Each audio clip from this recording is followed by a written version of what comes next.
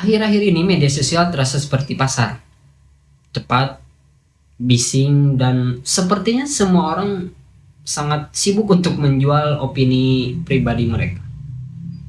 Di tengah keramaian itu, sepertinya kita membutuhkan sebuah kompas yang bukan hanya soal tentang kebenaran, tapi juga tentang bagaimana cara menyampaikan informasi.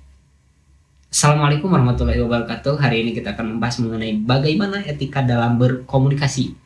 Ini penting buat kita bahas karena ya akhir-akhir ini terlalu banyak berita hoax yang menyebar di media sosial. Dan jujur saya pribadi juga udah merasa resah dengan semua hal itu. Jadi tanpa berlama-lama langsung aja kita bahas. Dalam Al-Quran ada petunjuk tentang etika berkomunikasi yang tentunya masih relevan sampai saat ini. Allah memerintahkan kita untuk menyeru jalannya dengan hikmah dan nasihat yang baik, bukan dengan teriakan apalagi sebuah hinaan. Allah Subhanahu wa taala berfirman dalam Al-Qur'an, A'udzubillahi minasyaitonirrajim. Bismillahirrahmanirrahim. Ud'u ila sabili rabbika bil hikmati wal mau'izatil hasanati wajadilhum billati hiya ahsan. Inna rabbaka huwa a'lamu biman dhalla 'an sabilihi wa huwa a'lamu bil muhtadin. Artinya, serulah manusia kepada jalan Tuhanmu dengan hikmah dan mau'izah hasanah, dan berdiskusilah dengan mereka dengan cara yang baik. Quran Surat An-Nahl ayat 125. Ayat ini mengingatkan kita bahwa isi pesan saja tidak cukup. Bentuknya juga menentukan apakah pesan tersebut akan diterima atau tidak oleh orang lain. Kemudian hikmah di sini bukan sekadar kecerdikan retorika belaka, tetapi kemampuan menempatkan pesan sesuai dengan kondisi orang yang kita sapa atau biasa disebut dengan madu juga penting. Supaya apa? Supaya pintu hati tidak tertutup oleh nada bicara kita yang bisa mengakibatkan menyakitkan hati orang lain. Dalam praktiknya saat kita membuat konten atau hanya sekedar membagikan informasi, kualitas tutur bicara kita, sopan santun, dan juga empati itu sangat penting. Tanpa itu semua kebenaran bisa terdengar seperti sebuah serangan. Selain dari cara, ada juga kebenaran sumber. Al-Quran memperingatkan kita untuk memeriksa berita sebelum menyebarkan atau biasa disebut dengan tabayun. Dalam bahasa sekarang biasa disebut dengan prinsip verifikasi. Jangan langsung repost, jangan asal komentar, jangan jadi bagian dari orang yang menyebarkan hoax karena konten atau informasi tersebut sesuai dengan perasaan kita. Dan yang paling penting teman-teman adalah jangan berbicara sesuatu tanpa ilmu. Dalam Al-Quran disebutkan bahwa A'udzubillahi minasyaitonirrajim. Bismillahirrahmanirrahim. Wala taqfu ma laisa laka bihi 'ilm. Inna sam'a wal basara wal fu'ada kullu ulaika kana anhu mas'ula. Artinya, dan janganlah engkau mengikuti sesuatu yang tidak engkau ketahui. Sesungguhnya pendengaran, penglihatan, dan hati nurani itu semua akan dimintai pertanggungjawabannya. Quran Surat Al-Isra ayat 36. Di era disrupsi informasi saat ini, godaan untuk beropini, berkomentar secara cepat itu sangat besar. Nah, surat Al-Isra ini menempatkan dasar epistemik atau berbicara dan menyebarkan informasi itu harus berdasarkan ilmu dan fakta, bukan sekedar opini, asumsi pribadi yang disertai dengan emosi.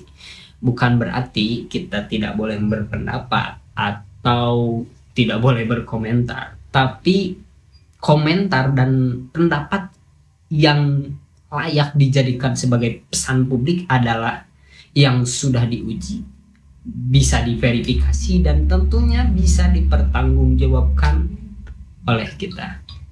Nah, Rasulullah SAW juga sudah menjadi contoh bahwa dakwah yang paling efektif adalah ketika kata-kata itu selaras dengan akhlak kita. Allah Subhanahu wa taala juga menyatakan bahwa nabi adalah teladan terbaik bagi orang beriman.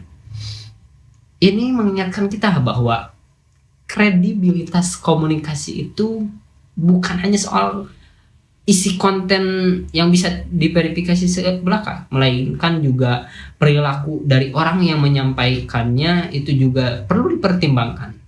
Kita harus menunjukkan bahwa kita ini dalam berucap itu sesuai dengan kita ucapkan, itu sesuai dengan perbuatan.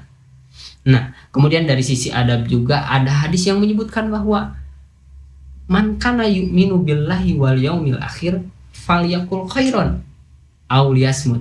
Nah, artinya barang siapa beriman kepada Allah dan hari akhir, maka katakanlah yang baik, khairon, atau diam, lebih baik diam kalau tidak bisa berkata baik.